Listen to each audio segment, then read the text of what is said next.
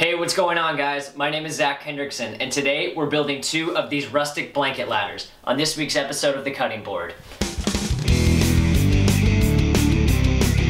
So one more thing, before we actually dive into this video, one thing I want to point out is that I build a very specific style of ladder in this video, but the cool thing about the project is how adaptable it is to whatever living space you have. You can change the height of it, the type of materials that you use, or the width, or the number of ladder rings in it, or the overall shape of it to fit a corner if you feel like, or the stain color to better match the furniture in your home. So when you're watching this video, think of it less as a video where I have to build this exact ladder, and instead follow along with how I actually construct it and assemble it together, and be thinking about how you might be able to adapt the project to your specific living space. And at the end of it, I hope you're inspired to go out and build something similar to it, but that is unique to your home and that you love. So let's get on to the build.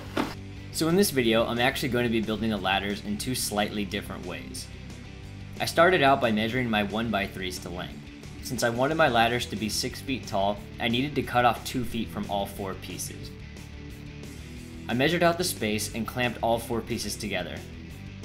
Because my circular saw only cuts to 2 inches deep, my plan was to cut one side, flip it over, and cut the other side so that the cut would go all the way through. Next, I used my circular saw to cut steps out of my 1x2s. Each piece of white wood should give you 4 steps.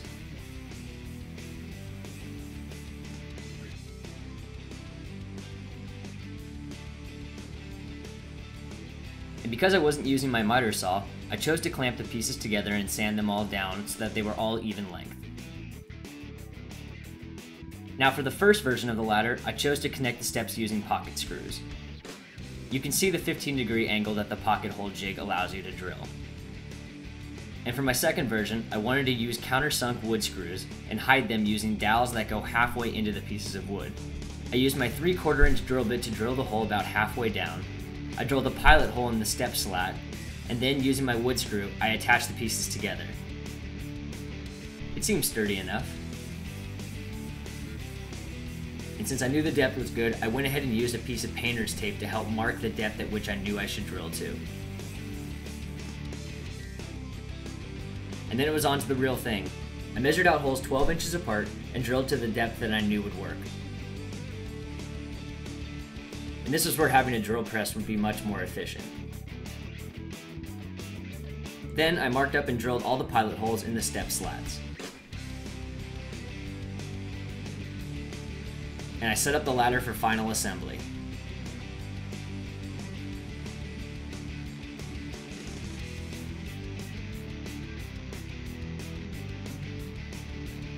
Once that was done, it was on to assembling the pocket hole version.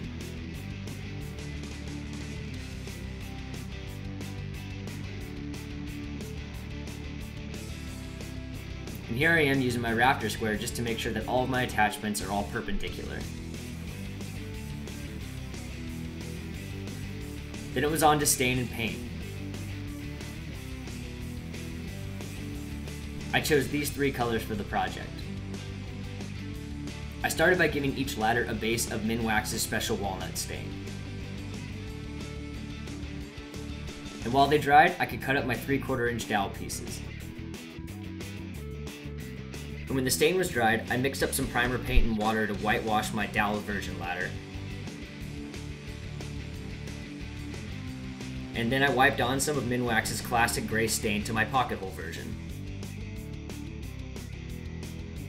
Lastly, I could glue and hammer in my dowel pieces. And once they dried, I could use my small coping saw to cut them flush to the sides, and then add a bit of classic gray stain to help contrast the whitewash paint. And then I was done. And I'm super stoked about how both of these came out.